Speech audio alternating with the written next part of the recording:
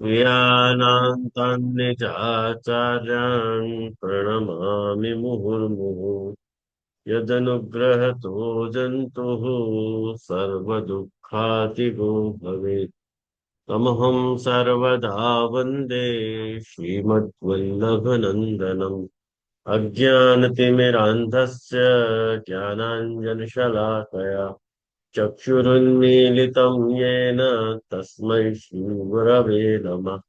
नमामि हृदये शेषे लीलाक्षिराब्धिशायिनम् लक्ष्मीसहस्रलीलाभिः सेव्यमानं कलानिधिम् चतुर्भिश्च चतुर्भिश्च चतुर्भिश्च त्रिभिस्तथा षड्भिर्विराजते योऽसौ पञ्चधा हृदये नमः। विलक्षणोऽयमाचार्य साकार ब्रह्म स्थापकः।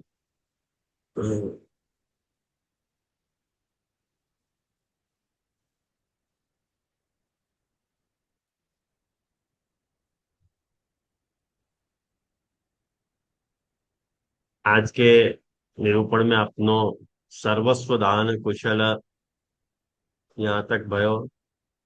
नामात्मा के स्तोत्र के 90 नाम अपन ने कर लिए।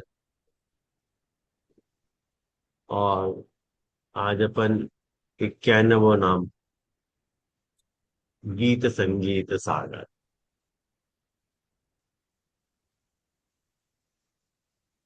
गीत संगीत सागर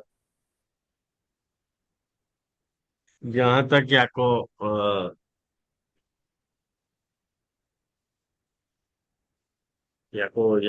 टीका को प्रश्न है। टीका को अपन देख लें, आप टीका में क्या लिख रहे हो है।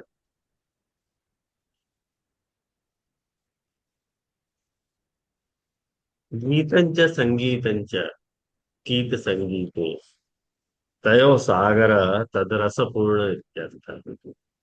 श्री देवकीनंदन जी आज्ञा करे हैं कि गीतम च संगीतम च। गीत संगीत जो है वो द्वंद्व पद है। तो गीत संगीत मिला के गीत संगीत पद हुआ, गीत और संगीत को मिला के गीत संगीत हुआ थे। और गीत और संगीत के उनके जो मने वाको वा प्रकार को जो सागर है तयो हो सागर तद रस पूर्ण। वह रसस्व आप जो है पूर्ण है। गीतम लौकिकम संगीतम शास्त्रीयम इति तयो भेदः तत्सागरत्व सागरत्व आकृत्या यथा तत्र निरंतरम तरंगा उत्पद्यन्ते तथा अत्र लोकशास्त्रातीत प्रकार विशेषा जायन्ते। देखो एक बात समझो कि यहाँ पे गीतम लौकिकम और संगीतम शास्त्रीय। गीत जो है वो लौकिक है और संगीत जो है वो शास्त्रीय है। कहीं की सम उपसर्ग लग रहा है गीत में। माने गीत में यदि सम उपसर्ग लगा दिया जाए तो वो संगीत हो जाए। और वो आपको शास्त्रीय को कहा जाए संगीत को कि वो माने गायन नृत्य और वादन ये तीन जहां साथ होए वाकु संगीत कहा जाए तो वो शास्त्रीय प्रकार हो जाए। और जब अपन खाली गीत कह रहे हैं तो वो गीत वह जहाँ अर्थ में तुम लौकिक समझ रहे हो वह अर्थ को लौकिक नहीं। एकदम लौकिक है मतलब वहां में कोई भी तरह को गीत हो सके, मतलब वो गीतन के कई प्रकार हो सके वह तरह से। लेकिन संगीत का एक क्या में है कि जब वहां में लय भी आवे ताल भी आवे और गायन भी होवे और नृत्य भी हो, वाको अपन संगीत कह रहे हैं। तो श्री गुसाई जी जो होते वो वाके सागर हैं, गीत और संगीत के सागर हैं। गीत और संगीत के सागर हैं वाको मतलब ये है कि कहीं 252 वैष्णव उनकी वार्ता में श्री गुसाई जी के गाने को उल्लेख नहीं आवे है कि श्री गुसाई जी ने गान कियो हो। पर मोको बहुत ये स्ट्रॉन्ग गट फीलिंग है कि गुसाई जी गाते तो होंगे। और जब श्री रघुनाथ जी आज्ञा कर रहे हैं कि गीत संगीत सागर है, तो ये स्पष्ट पता चले कि रघुनाथ जी ने अनुभव भी किए होगा कि आप श्री ने गाए होगा। भले आपको कोई वार्ता को प्रमाण नहीं मिले, वो हेल भी तो वार्ता प्रमाण भले जाने तो कोई बात नहीं, वार्ता को प्रमाण नहीं मिले वासु अपन ये नहीं कह सके कि गुसाई जी नहीं गा पा रहे होंगे। गा भी पा रहे होंगे और बजा भी पा रहे होंगे। बजा पाने को तो उल्लेख मिले है आप देखो कि गुसाई जी जो है वीणा वादन बहुत अच्छी करते थे। और उनकी मैंने उंगलियां जो है वो कड़क हो गई। तो महाप्रभु जी ने कही कि प्रभु को श्रृंगार करने में परिश्रम हो रहा है, तुम्हारी उंगलियां कड़क हो जाए तो ठाकुर जी को चुभे श्री अंगों में। तो श्री गोसाई जी ने वो वीणा वादन बजाना छोड़ दिया। तो बात है कि कटिबद्धता श्री गोसाई जी के अंदर थी। और गीत संगीत सागर सु कहवे को मतलब ये है कि जो अपने यहाँ आज संप्रदाय में जो प्रभु को अष्टायाम सेवा में कीर्तन सु रिझाने को जो क्रम है, वाको सारो श्रेय गोसाई जी को ही जाए है। मैं यूं नहीं कहना चाह रहा हूँ कि ये गुण जो है अन्य सब गुणन के आगे फीको है, यूं नहीं कह रहा हूँ। लेकिन मैं यूं कहना चाह रहा हूँ कि ये भी वन ऑफ दी ऐसा गुण है गोसाई जी को कि जाको अपन भुला नहीं सके। और उनको प्रभु को रिझाने की कितनी तत्परता होगी कि आपने जो है समय समय के अनुसार आप आपकी हमें गहरी सूझ ऐसे पता चले है कि अपने यहाँ जो सेवा को जो भाव विचारो गयो है कि मंगला में यशोदा जी के भाव सु, श्रृंगार में स्वामी जी के भाव सु, गोपी जन वल्लभ भोग गोपी वल्लभ भोग जो है स्वामी जी के भाव सु। फिर वाके बाद खेल में जा रहे हैं तो फिर यशोदा जी को भाव स्विच और सखा भाव आ रहे हैं। और उत्थापन में सखा भाव आ रहा है, संध्या आरती को यशोदा को भाव आ रहे है। फिर कोढ़ाने में कभी यशोदा जी के पास पहुंच रहे हैं और कभी कुंज भवन में पहुंच रहे हैं। तो यह प्रकार के जो भावन की जो विविधता है, वो भावन की विविधता के अनुसार गुसाई जी ने अष्ट सखान को भी चयन किया। गुसाई जी ने अष्ट सखान को भी चयन किया कि भाई ये बाल भाव के स्पेशलिस्ट हैं, और ये जो है वो किशोर भाव के स्पेशलिस्ट है, और ये जो है वात्सल्य भाव के स्पेशलिस्ट है। जैसे सूरदास जी के अपन पद देखें और कुमन दास जी के पद देखें तो श्रृंगार भावात्मक ज्यादा उनके पद मिले हैं, रास आदि के। और परमानंद दास जी के मैंने जो है वो दास्य भावात्मक पद बहुत ज्यादा मिले। तो इन सब बातन को अपन यदि दृष्टिगोचर करें तो अपने को ये बात क्लियर कट पता चले है कि श्री गोसाई जी जो है गीत संगीत सागर। और अपने यहाँ संगीत की जो विशिष्टता है कीर्तन में, वो बिल्कुल ऐसी ही विशिष्टता है कि यदि अपन कीर्तन गान नहीं करें सेवा में तो सेवा फीकी फीकी लगे है। अब जिनको बेचारे इनको नहीं आवे कीर्तन गाना, वो या दुख से बेचारे दुखी होंगे कि हमको कीर्तन गानो नहीं आवे है। लेकिन वहाँ को मतलब ये नहीं है कि अपन के यहाँ तो आज बहुत सारे विकल्प वाक्य अपन ढूंढ सके हैं। अपन अपने मोबाइल में चला सके हैं, अपन अपने टीवी में चला सके हैं, बहुत सारे वाक्य तो विकल्प हो सके हैं। लेकिन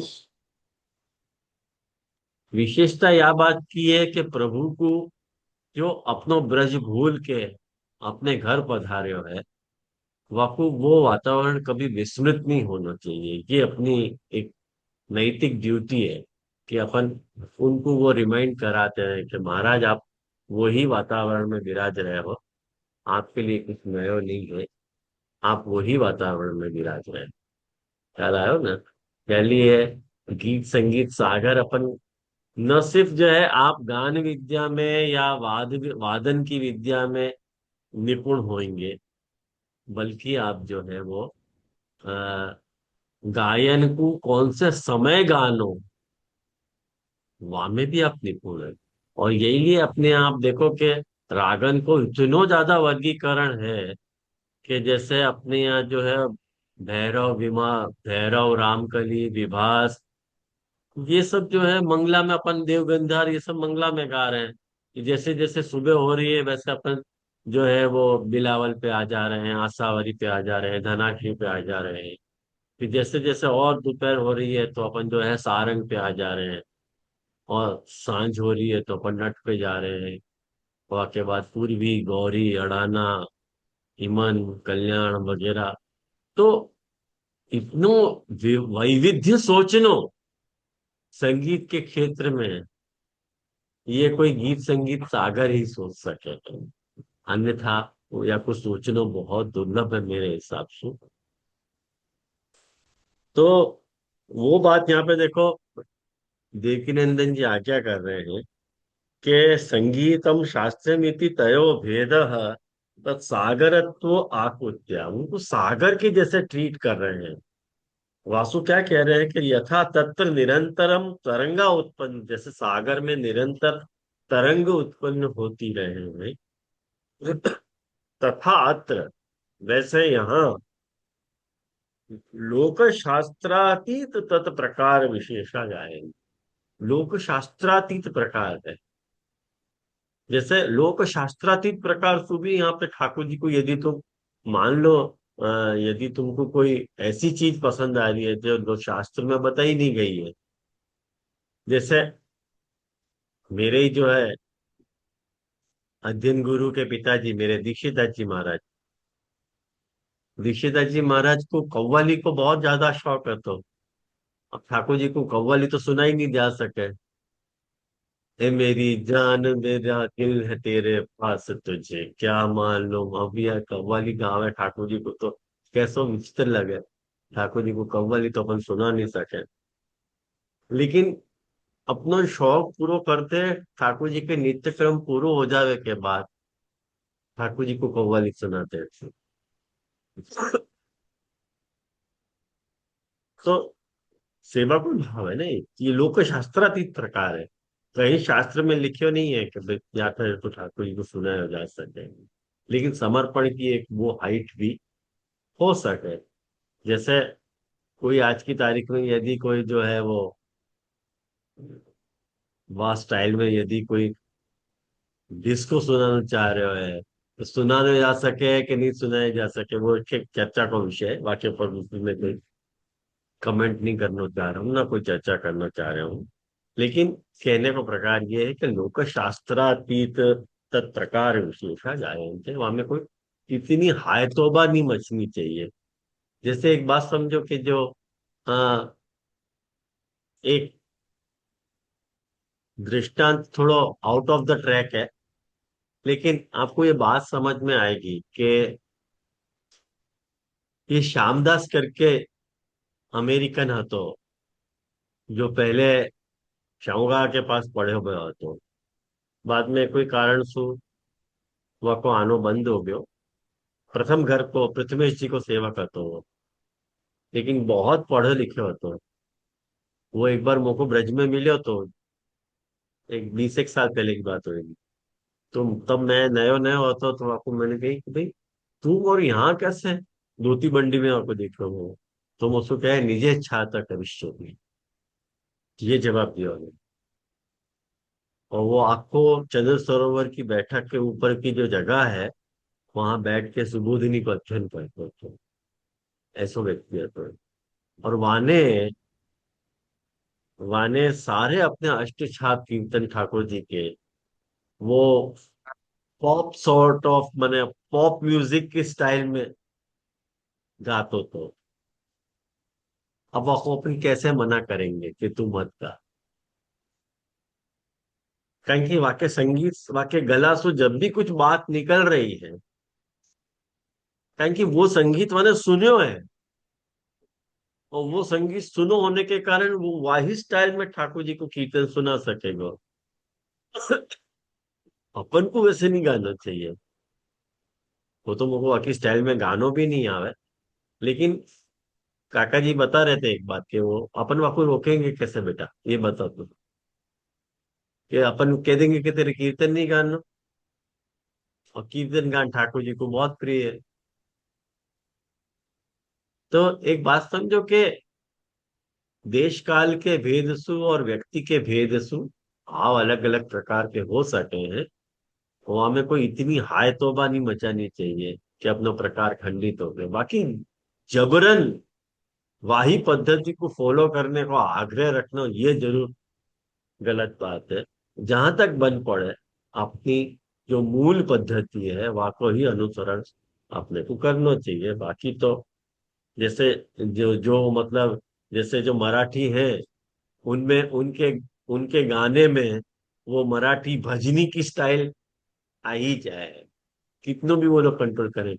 पिताजी को सेवक तो अमरावती में रहते तो वो महाराष्ट्र न तो, लेकिन दोनों समय की सेवा करते तो वो सारे कीर्तन की स्टाइल में वो महाराष्ट्रियन टोन आतो तो इतनी बात नहीं, बाकी राग भी जो है वो महाराष्ट्रियन शैली से प्रभावित आते हैं। और वाको मैंने कितनी बार कही कि भाई भाई ऐसा है भाई नारायण दास के तुम, अरे विठल दास तुम यहाँ में मत गाओ, थोड़ा अपनो सुधार लो, लेकिन वो तो सुधरे ही नहीं। तो वो यहाँ पे देखो, देवकीनंद जी कह रहे हैं कि ते च न अन्य न आकल तुम शक्य।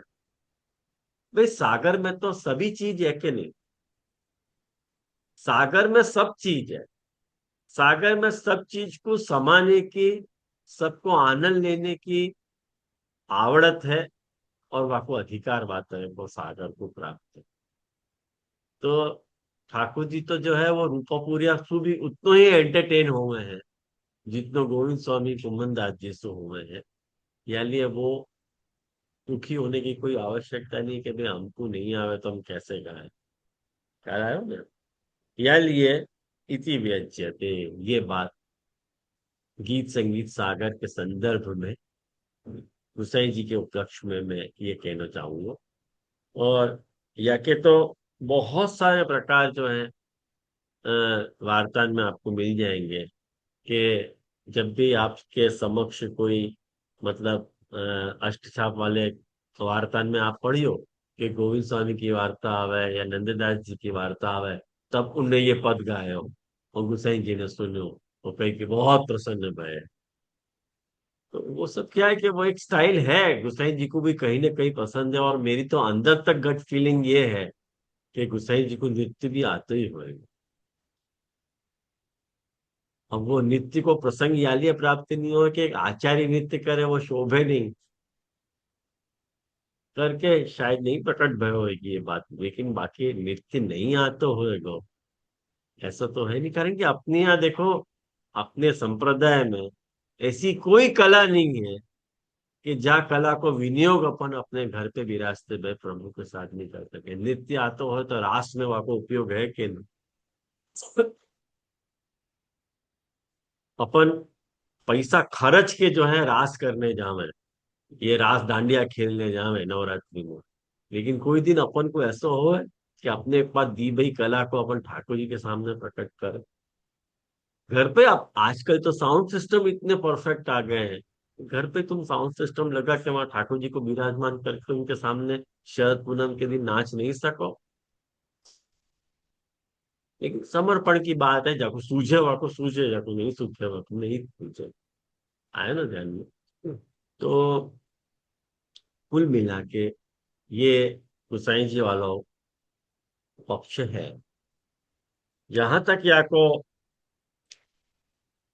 भागवत संगति को प्रश्न है, तो भागवत संगति या कि जा अध्याय तो अपन लेना चाह रहे हैं, वो अध्याय है अध्याय नंबर 34, तामस फल प्रकरण को। जीजू, प्रणाम जीजी। हाँ। वो कीर्तन की बात निकली है तो मुझे पूछना है कि अभी कीर्तन आता तो नहीं, लेकिन वो हरि राय की नित्य लीला है वो गा सकते हैं हम सेवा में। आप यूं दिख रहे हो, यूं दिखो तो अच्छा लगेगा। आपको खा कैसे रहे हो पता नहीं। हाँ तो आप ठीक है। फिर टेढ़े हो गए। हाँ आप ठीक, अरे फिर गए। कोई बात नहीं, गए। बोलो। वो जीजी वो हरि राय की जो नित्य लीला है ना वो गा सकते। क्यों नहीं गा सकते? क्यों नहीं गा सकते? आराम से गा सकते। क्योंकि आते नहीं, सबके आते नहीं इसलिए। गा सको। तो देखो, या ठीक है, प्रणाम जीजी।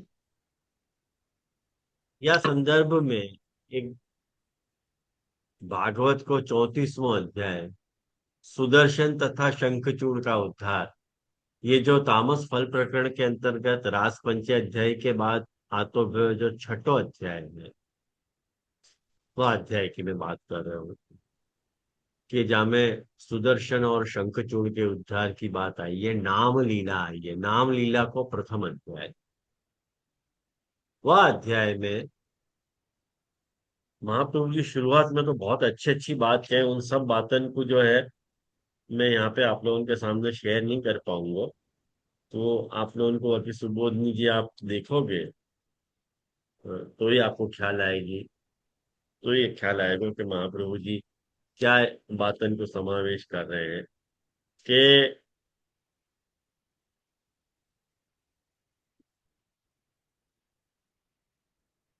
महाप्रभु जी शुरुआत के देखो अध्याय में बहुत सुंदर एक आख्या कर रहे हैं बात। वो कारिका आपके पास यदि होए तो मैं वो कारिका पढ़ना चाहूंगा, कि एवं उद्धृत भक्तास्तु यद अन्यम समुपासते दुख भाजो भवन्त्येव मुच्यन्ते हरिणैव। ये कारिका नंबर दूसरी कारिका में है। आपके पास तामस फल प्रकरण विराज रहे हो? जे जे भागवत जी है अभी तो। कोई जी आपके पास, कोई बात नहीं। भागवत जी है। हाँ कोई बात नहीं। तो देखो, यह कारिका में महाप्रभु जी आज्ञा कर रहे हैं कि जिन भक्तन को अन्य आश्रय छुड़ा के भगवान ने उद्धार कियो है, वो यदि अन्य की उपासना करके अनन्यता धर्म को यदि त्याग करे तो वो दुखी हो। फिर भी दुख हरता हरि ही उनको दुख मिटाए। ये कौन से आशय में महाप्रभु जी कह रहे हैं? मैंने यह अध्याय में यह अध्याय में ऐसा वर्णन आ रहे हैं कि एक दिन जो है देव यात्रा के कौतूहलवश जो है वो ग्वाल बाल बेलन सुजुती भाई गाड़ी में जो है अंबिका वन की ओर गए। ये पूरा प्रसंग है। और महाप्रभु जी ने वहां सविस्तार ये बताया है कि एकता को क्या अर्थ है, और देव यात्रा को क्या अर्थ है, यात्रा को क्या अर्थ है, और कौन कौन से सामग्री सु जो है वो महादेव जी की और गौरी की पूजा करी। ब्रजभक्ता ने, नंदराय जी ने पूजा करी हो। अब देखो, जब नंदराय जी ने पूजन करो अंबिका वन में देवी को और हम्म। महादेव जी को, तब जाकर के महाप्रभु ठाकुर जी को लग रहा है कि मेरे को छोड़ करके ये लोग उनको पूजन कर रहे हैं। अब वो ठाकुर जी को बहुत आखर दिया है, बात अच्छी नहीं लगे। मैंने वहां पे देखो वर्णन ये आ रहा है कि गावो हिरण्यम, तीसरा श्लोक देखो आप, या अध्याय को तीसरा श्लोक देखो, कि गावो हिरण्यम वासांसी मधुमध्वन्नम आर्द्रता, मतलब गाय को दान कियो, सोना को दान कियो, वस्त्र को दान कियो, शहद को दान कियो और मीठे अन्न को आदर सहित सब ब्राह्मणन को दान कियो। और संकल्प में कहो कि या दान करवे सु देव प्रसन्न होए। और महाप्रभु जी ने वहां नीचे अर्थ किया है कि भाई ये गोपन ने जितने भी दान करे हैं ना वो काम में दान है। महाप्रभु जी खुलासा करें ये सब काम में दान है। सोना जो है, अनेक प्रकार के कपड़ा, शहद और मीठे रस, ये देखो, स्वर्ण दान करने से वो अग्नि देवता प्रसन्न हो गए हैं, वो रुद्र है। और वस्त्र दान देवे सु देखो, वो सोम के लिए है, वस्त्र को दान सोम के लिए है। लेकिन वो देव जो है अकेले प्रसन्न नहीं हुए, उमा के साथ प्रसन्न हुए हैं। हाँ, महाप्रभु जी के हैं। या लिए 5 दान उनने करे, और ये 5 दान करके सब अपने अपने हेतु से करे, और यासु देव प्रसन्न हो ऐसे भयो। अब सारे जो है दान कर करा के रात को जो है अंबिका वन में वहीं सो गए। अब या तेरे सु जब उनने कर्म किए, महाप्रभु जी कह रहे, एवं सर्वतो धर्म संपत्ति युक्ता नाम भगवत भावे तिरो भूते। सब उनने कर दियो तो भगवत भाव उनको तिरो ही तो हो गयो। तो उनको निरोध तो करना, तो भगवान ने जो है क्या करे, जैसे भगवान ने शकट गिरा के यशोदा जी को अपनी तरफ खींचो, तो ऐसे ही यहाँ पे गोपन को निरोध करने के लिए ठाकुर जी ने अजगर को प्रबंध कियो। वो अजगर जो है नंदराय जी को यहां तक, पेट तक अंदर निकल गया। जब पेट तक अंदर निकल गया तो वो हाय हाय हाय हाय, कह रही सांप मुझको घस रहे है, मैं आपकी शरण हूँ, हे तात शरणागत मुझको बचाइए। और यूं कह रहे वाको आक्रंदन, जो नंदराय जी को जो आक्रंदन हतो, बेचारे जो दुखी होकर जो चिल्ला रहे थे, सारे गोपाल जो है उठ खड़े भय और नंद को ग्रसो भयो देख के जलती हुई लकड़ी सु सर्प को मारने लगे। अब यहाँ महाप्रभु जी कह रहे हैं कि नंदराय जी ने ठाकुर जी को क्यों पुकारो, तो कह रहे हैं कि नंदस्य विज्ञताम बोधयितुम अन्येषाम अविज्ञता। नंदराय जी को खबर थी कि मैं रक्षा के लिए भगवान समर्थ है। या के लिए नंदराय जी ने खूब यश ठाकुर जी से प्रार्थना करी, और बेचारे इनको पता नहीं आती। तो जब खबर आती तो क्यों अंबिका वन में पूज्यो देवी, क्यों पूज्यो, जब मालूम होती ना कि ठाकुर जी सर्व रक्षा मैंने सबसे बड़े हैं, क्यों पूजने गए। अब जली भाई लकड़ी से सर्प को हटाने का प्रयास कियो, तब भी वो जली भाई लकड़ी को सर्प पे असर नहीं भयो। बहुत सुंदर प्रसंग है वहां, कहीं कि वहां महाप्रभु जी बहुत सुंदर खुलासा करें सांप के लिए। सांप के लिए क्या बोले महाप्रभु जी, कि सही भक्षई तुम्हें वो जाना थी, न त्यक्तु अतो नाम उनसे। वो सांप जो है खानो ही जाने है, निगलनो नहीं जाने है। आपको निगलनो आवे नहीं, माने बाहर छोड़नो आवे नहीं, आपको निगलनो ही आवे, आपको भक्षण करना ही आवे, याली मैंने छोड़े नहीं। याली भले अग्नि की तुम, अग्नि के अंगारे फेंको और छोड़ो नहीं। तब ठाकुर जी ने वह सबके ऊपर अपनो चरणारविंद रखो, और जब चरणारविंद रखो तब जो है वो विद्याधर હતો कोई काल में, और जो है वो कोई देव योनि मिली, और दिव्य देह धारण करके ठाकुर जी के समक्ष आके खड़ो हुए, और जो है वो सारी ठाकुर जी की स्तुति करी। और उनने यूं कही कि भाई मैं सुदर्शन नाम को विद्याधर હતો, मेरो रूप सुंदर હતો, और मैंने जो है आंगिरस गोत्र के ऋषियन को जो कुरूप हते उनको अपमान कियो तो। मैं बहु अपनी सुंदरता को बहुत घमंड હતો, तो मैंने ऋषियन की कुरूपता को बिगाड़ कियो। तब ऋषियन ने मुझको श्राप दे दियो अब एक बात बताऊं मैं आपको विष्णु, यहाँ ये श्लोक नंबर 12, 13वें श्लोक की बात है ये। या 13वें श्लोक की सुबोधि जी में महाप्रभु जी बहुत सुंदर एक आज्ञा कर रहे हैं। महाप्रभु जी एक प्रश्न उठावे कि ननु अल्पे अपराधे कथम महान दंड तई कृत। अपराध तो बहुत छोटा सा तो आपको इतनो महान दंड क्यों दे दियो। अजगर मने अजगर की योनि को प्राप्त हो जाओ ऐसो। अजगर भूखो ही रह है, महाप्रभु जी लिखे हैं कि अजगर भूखो ही रह है। यानी आपको जब भी कोई ऐसा व्यक्ति दिखे तो आपको निकल जाए वो करे। अजगर ज्यादातर भूखे हो। तो कह रहे ये अल्प अपराध से इतना ज्यादा फल क्यों दियो। तो कह रहे हैं कि पूर्वम ही ब्रह्म वृत्ति अपहता। मैंने ब्रह्म वृत्ति छुड़ाई। मैंने ब्राह्मणन की जो ब्राह्मण वृत्ति थी वाकु छुड़ाई। वाके कारण में आज अजगर योनि को प्राप्त हुआ। जो ब्राह्मण की ब्राह्मण वृत्ति को छुड़ावे वो अजगर की योनि में जावे। तो जी जो भी जी। ब्राह्मण अपनी जी जी। ब्राह्मण वृत्ति को त्याग करके वैश्य वृत्ति को अपना रहे हैं और वाकु वाक्य में जो भी सहयोग कर रहे हैं वो सब अजगर योनि को प्राप्त हो। ये सारे ट्रस्टी भ्रष्टी हो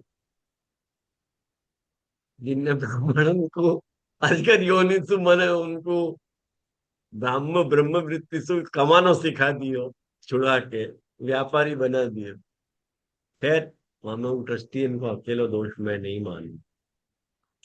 ठाकुर जी की दी भाई अक्कल अपन भी वापर रहे हैं, नहीं वापर रहे ऐसा थोड़ी है। तो अपन को आपको भी बात रखनी चाहिए। हाँ बोलो जितना। जी जी, ब्राह्मण वृत्ति क्या होती है, चुड़ाई बोलेंगे तो? ब्राह्मण वृत्ति वो हो रही है कि ब्राह्मण के तीन वृत्ति हुए हैं। माने वृत्ति वाकू कहवे कि जासु अपन कमावे। एक वाको धर्म होवे है और एक वाकी वृत्ति होवे है। मैं जैसे पढ़नो वाको धर्म है तो पढ़ानो वाकी वृत्ति है। ख्याल में आयो ना। जैसे अ, लेनो वाको आजीविका है तो दान करनो वाको धर्म है।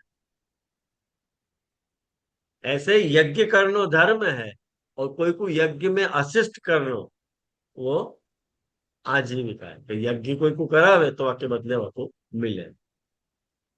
तो दान यज्ञ और अध्ययन ये वाके तीन मने मने दान अध्ययन और यजन ये वाके धर्म है।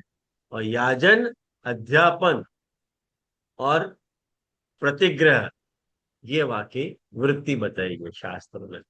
तीन वाकी वृत्ति बताई गई। जैसे वो खुद पढ़ो है ऐसे वो कोई को पढ़ा भी सके। ये वाकी वृत्ति और वाके एवज में वाको जो भी कुछ मिले वो वाकी शुद्ध ब्राह्मण वृत्ति है। नो। जी जी, मेरा प्रश्न ये था कि उसने वो वृत्ति छुड़ाई कैसे? उनने आ, सुदर्शन ने वृत्ति वाको छुड़ाई उल्लेख नहीं कैसे? है। वाको उल्लेख अच्छा। महाप्रभु जी ने दियो नहीं है तो मैं क्या करूं। महाप्रभु जी खाली इतना उल्लेख कर रहे हैं कि पूर्वम ही ब्रह्म वृत्ति अपहता अतस्तेन भाव्यमेव ऋषि भी केवलम प्रकटितम इत्यर्थ। इतनी बात महाप्रभु जी कह रहे हैं। मैंने मैंने पूर्व जन्म में ब्राह्मण की वृत्ति को अपहरण कियो હતો और वाको फल होने वालो ही હતો। वो जो ऋषि ने प्रकट कियो है ऐसे महाप्रभु जी कह रहे हैं। तो ऋषि ने कोई मेरे साथ अन्याय नहीं कियो है। जो मैंने कियो वाको फल उनको दियो है। तो ये जब बात भई और वाक्य बात जो है ये सारी बात हो गई वाक्य बाद ये सारा प्रसंग देखो इजीली समाप्त हो गयो। और वाक्य बाद जो मैंने आपको ये प्रसंग अपनो ये प्रसंग अपनो गीत संगीत सागर से कनेक्टेड नहीं है। लेकिन यह अध्याय में आ रहे हो है करके मैंने वहाँ के रिलेटेड आपको कुछ बात यहाँ की बताई। अब यहाँ को जो मैं प्रसंग है गीत संगीत सागर वाला, वो मैं आपको बता रहा हूँ। ये जो 22 23 और 24 श्लोक हैं, 22 23 24 और 25, ये 4 श्लोकन में गीत संगीत सागर को आप देखो है। देखो वो श्लोक में क्या कह रहे हैं। वो श्लोक में ये कह रहे हैं, 21वें श्लोक में देखो ये कह रहे हैं कि उपगीय मानव ललितम स्त्री जन ही बद्ध सो। एक वक्त क्या भयो कि बहुत सुंदर यहाँ में भागवत में वर्णन आवे है कि जो है कृष्ण और बलराम जो है रात्रि के समय जो है गोपियन के साथ विहार कर रहे थे। और भगवान जो है कृष्ण जो होते हैं, कृष्ण और बलराम दोनों ने अपने ऊपर नीलांबर धारण किए हुए हो तो, और दोनों के गले में सुंदर सुंदर हार लटक रहे थे और सुंदर सुंदर आभूषण पहने हुए थे। गोपियां बड़े प्रेम सु आनंद सु ललित स्वरन में उनके गुण को गान कर रही थी। देखो ये बात गान की आ रही है, यहाँ सु गान तो शुरू हो रहे है। वाक्य बाद यो कह रहे हैं भागवत का कि अभी सायंकाल भयो तो। બદલામીન મારો મારો ક્લાસ ચાલે છે પછી કરું ફોન. और आकाश में तारे उगे थे और चांदनी छिटक रही थी। और देखो वहां वक्त जो है कृष्ण और बलराम जी ने एक ही साथ मिलके राग आलाप हो, और वो राग आरोह अवरोह और स्वरन के चढ़ाव उतार से बहुत ही सुंदर लग रहे हो तो। और सारे जगत के प्राणियन के मन और कानन को आनंद से भर देने वाला। ये देखो गीत संगीत सागर अद्भुत यहाँ पे ठाकुर जी को प्रकट हो रहे, जगत के सारे जो भी वाकु सुन तो वाकु जो है वाके मन और वाके कानन को जो है आनंद देने वालों ये प्रकट भयो। तो हमें ये बात बता रहे हैं। तो ये या कि सुबोधनी जी में देखो महापुरुष जी बहुत सुंदर बात आज्ञा कर रहे हैं कि तदा सर्व प्राणी नाम एवं मनः श्रवणयो मंगलम जगत गानम कृतवंत। मैंने सर्व प्राणियन के मन और कानन के लिए मंगल कारक ठाकुर जी ने गान किए हैं। मैंने बहुत सुंदर गान किए ठाकुर जी ने। और इतनो मंगल हो हतो ये कि उत्तम हतो ही उत्तमत्वात् मनोमंगलम स्वरूप उत्तमत्वात् श्रवण मंगलम। स्वरूप से उत्तम होने के कारण ये उत्तम गान हतो ठाकुर जी को। तत्र गाने विशेषम, भाई गाने में विशेषता क्या होती है तो बताओ। तो कह रहे युगपदेव स्वर मंडल से स्वर समूह से मूर्छितम। मैंने महापुर जी वो कह रहे कि वो जो दो दिख रहे थे ना, राम और बलराम, बलदेव जी वेद है और कृष्ण वेद के अर्थ रूप है, ऐसे महापुर जी अर्थ कर रहे हैं। अभी वहाँ के डिटेल व्याख्यान में मैं अभी नहीं जाऊंगा, क्योंकि अपन नाम के अर्थ सु यहाँ पे संबंध रखना चाह रहे हैं। जब तक गान में मूर्छना प्रकट नहीं हो गए ना, मूर्छना कल्पयंतो इति द्वय एक मुखता निरूपिता। मूर्छना सु गा रहे थे। अब आपको आपको खबर है कि मूर्छना क्या हो है? ये आप लोगों को पता है कि नहीं मूर्छना क्या हो है? कौन को मालूम है मूर्छना क्या हो है कि नहीं मालूम? દંડોત પ્રાણ જે કહું हाँ बोलो ना। वो मूर्छित हो जावे ना, जो मूर्छित अरे हो जाए. राम, भामिनी बहन वो मूर्छना नहीं है। मैं लिखा रहा हूँ, चलो लिख लो। वो जैसे वो गान में वो तान आते हैं, मूर्छना आते हैं, वो शब्द आते हैं, वो मूर्छना की मूर्छना आप का बात अर्थ कर। हाँ, मैं बताऊं, उसका मूर्छना अर्थ का मेरे अर्थ को क्या मालूम है? नहीं है। हाँ, लिखो आप लोग। जो जो भी स्वर होवे ने, वह स्वर के क्रमानुसार वाको आरोह और वाको अवरोह। जैसे सारंग राग को है सा रे म प नी सा, ये आरोह है। सा नी प म रे म रे सा, ये अवरोह है। ख्याल आया आप लोगों को? तो ये जो आरोह और अवरोह जो है, वाको जो क्रम है, वाको अपन मूर्छना कह रहे हैं। प्राचीन समय में आज की तरह ठाट या मेल की पद्धति, ठाट तो बहुत पीछे से इंट्रोड्यूस भये हैं अपने यहाँ। ये ये जो 10 ठाट बताए गए हैं संगीत में, बहुत पीछे से इंट्रोड्यूस भये हैं। माने मूर्छनान के माध्यम से नए नए रागन को जन्म होतो तो 36,000 रागिनियां हैं। आप बोलो कितनो प्रकार है वहां। तो मने ऐसा होतो तो मूर्छना कैसे बने हैं? देखो, एक बात बताऊं कि 1 ग्राम सु 7 मूर्छना निकले हैं।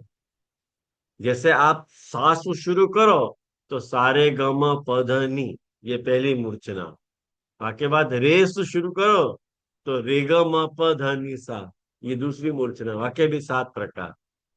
मने ये नए रागन की जो खोज है ना, वो या मूर्छना के बहाने, या में बहुत सारे, जैसे 12 स्वर बताए जाए हैं।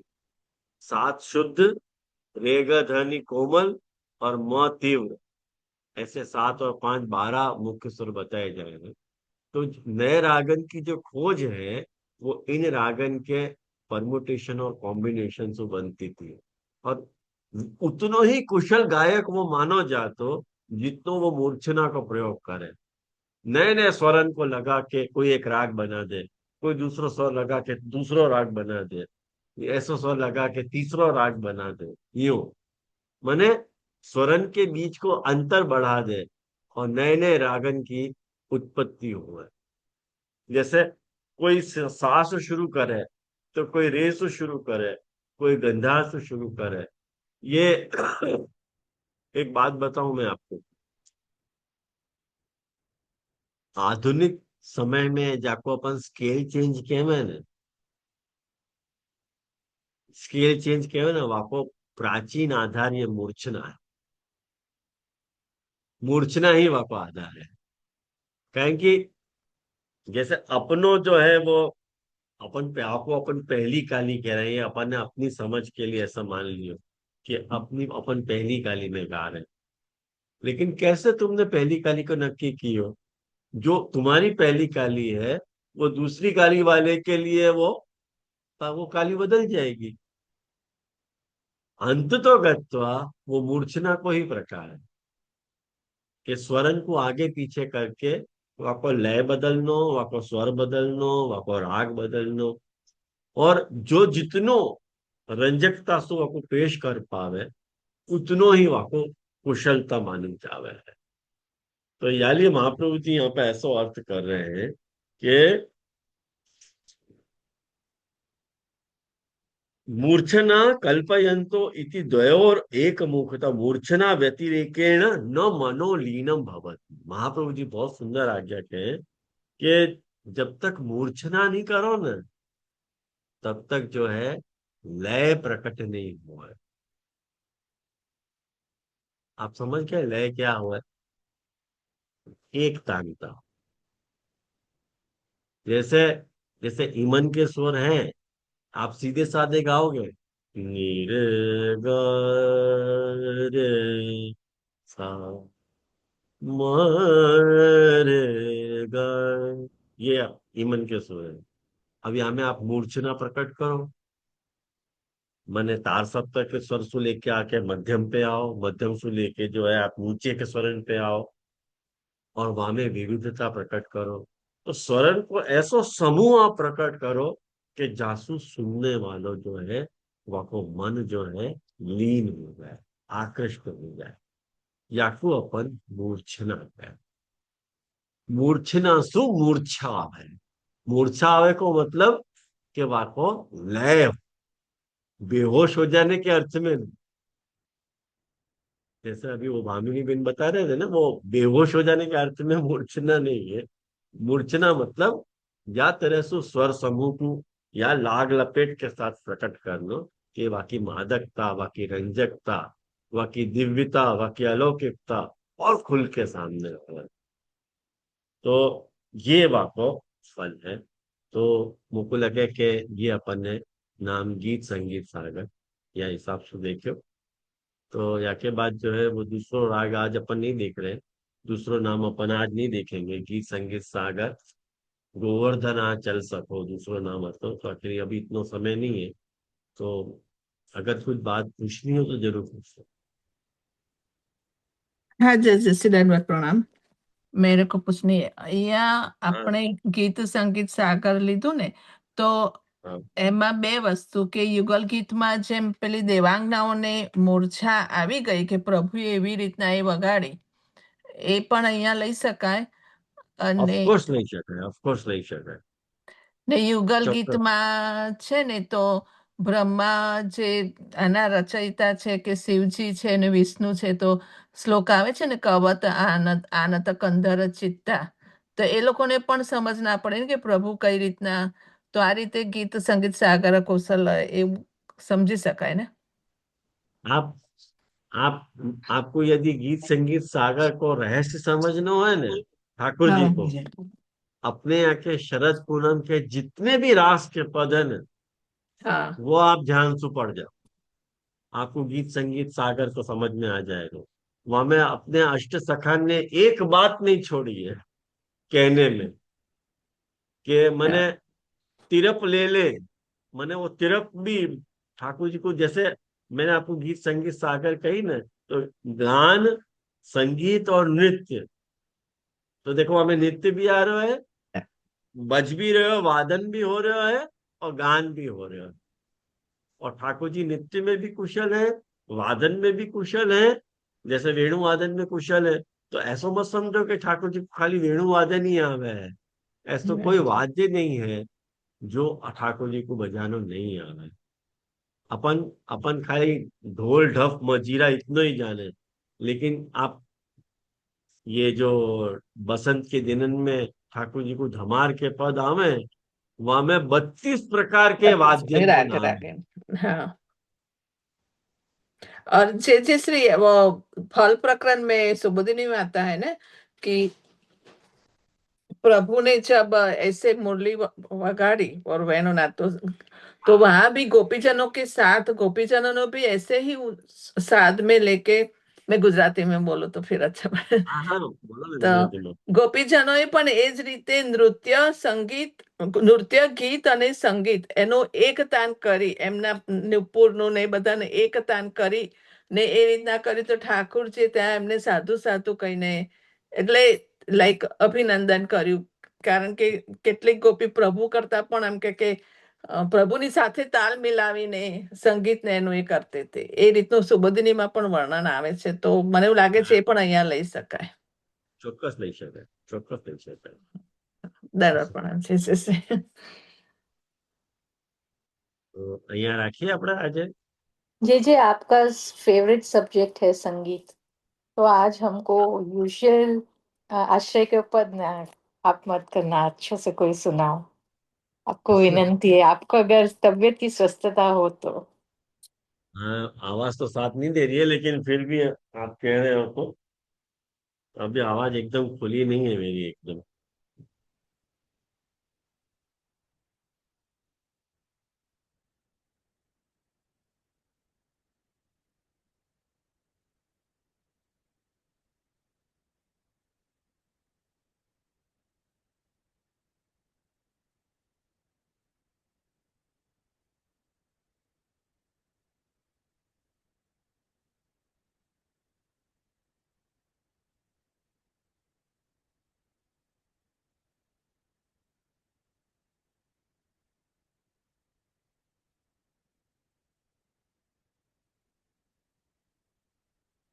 ये एक बहुत सुंदर पद है परमानंद स्वामी को। लगन को नाम न लीजे सखी रे, लगन को मार्ग अति ही कठिन है, पाय धरे तन छीजे। परमानंद दास जी वो कह रहे हैं कि अरे लगन को, अरे सखी, लगन को तुम नाम मत ले। क्यों मत ले? तो ये लगन को मार्ग बहुत कठिन है, जहां पैर धरते ही शरीर शिथिल हो जाए। यदि तू लगन लगानो ही चाह रहे हो, जो तू लगन लगायो चाहे, शीश की आस न कीजिए। यदि तू लगन लगाना ही चाह रहे हो तो अपने शरीर पे सिर की आशा मत करियो। परमानंद स्वामी के ऊपर वार वार तन दीजिए। परमानंद स्वामी पे निज को, अपने अपने को न्यौछावर कर दे। ये लगन को नाम ऐसो ही है, लगन को मार्ग ऐसो ही है। या को अपन ले रहे हैं, मैं या को भी हाथ में ही ले रहा हूँ। नाम न लीजे सखी रे, लगन को नाम न लीजे सखी रे, लगन को मार्ग अति ही कठिन है, पाय धरे तन छीजे। लगन को नाम न लीजे सखी रे, जो तू लगन लगायो चाहे, शीश की आस न कीजे। परमानंद स्वामी के ऊपर वार वार तन जीजे सखी रे, लगन को नाम न लीजिए। धन्यवाद। दंडवत प्रणाम दंडवत जी की। प्रणाम जय जय, बहुत सुंदर।